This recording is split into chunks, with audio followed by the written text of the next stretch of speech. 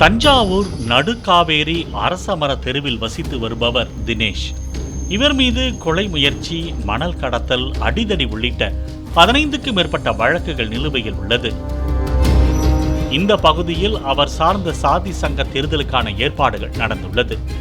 அதில் தலைவர் பதவிக்கு தினேஷ் போட்டியிடும் நிலையில் அவரை எதிர்த்து அருண்குமார் என்பவரும் போட்டிக்கு களமிறங்கியதாக கூறப்படுகிறது.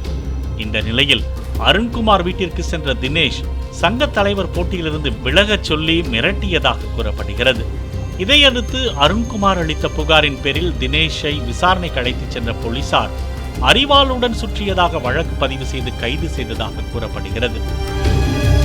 இதையடுத்து தங்கள் தம்பியை விடுவிக்க கோரி தினேஷின் சகோதரிகளான கீர்த்திகா, மேனகா இருவரும் நடுக்காவேரி காவல் நிலையம் சென்று காவல்துறையினருடன் வாக்குவாதம் செய்துள்ளனர்.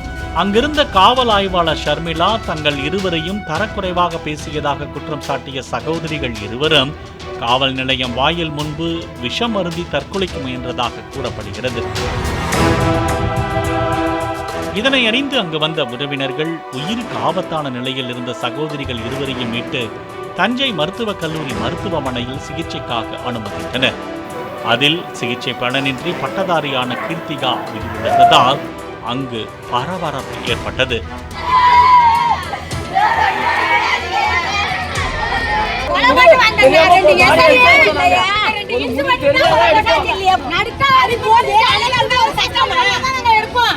தங்கள் தம்பியை பொய் வழக்கில் கைது செய்தது தவறு என்று எதிர்ப்பு தெரிவித்த சகோதரிகளை காவல் ஆய்வாளர் அவதூறாக பேசி மிரட்டியதாக தெரிவித்த உறவினர்கள் சகோதரிகள் இருவரும் அவமானம் தாங்காமல் விஷம் அருந்தி உயிருக்கு போராடிய போது போலீசார் எந்த முதல் உதவியும் செய்யவில்லை என்று குற்றம் சாட்டினர்.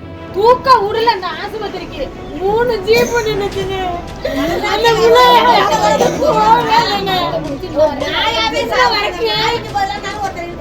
யாரோ ஒரு அந்த தூக்குவாங்களா தூக்க மாட்டாங்களா? தூக்கே ஊர்ல ஆஸ்பத்திரி கொண்டு போவே விடல. அந்த புள்ள அந்த கேட்ட முடிச்சுக்கிட்டு இருக்கு, அப்படியே இழுக்குது அந்த அம்மா. இந்த சம்பவம் குறித்து விவரித்த மாவட்ட காவல்துறை கண்காணிப்பாளர் இந்த சம்பவத்தில் தொடர்புடைய தினேஷ் மீது பல்வேறு வழக்குகள் நிலுவையில் உள்ளதாகவும் தற்போது ஒருவரை கொலை செய்யும் திட்டத்துடன் அவர் சுற்றி வருவதாக கிடைத்த தகவலின் பேரில் போலீசார் கைது நடவடிக்கை மேற்கொண்டதாக தெரிவித்தார்.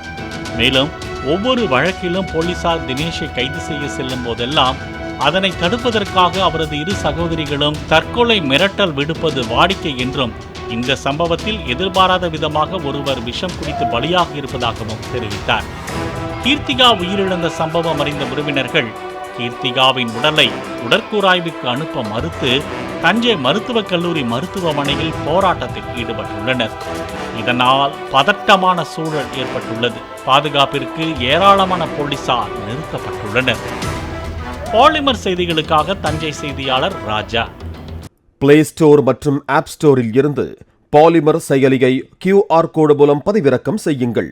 செய்திகளை உடனுக்குடன் பெறுங்கள்.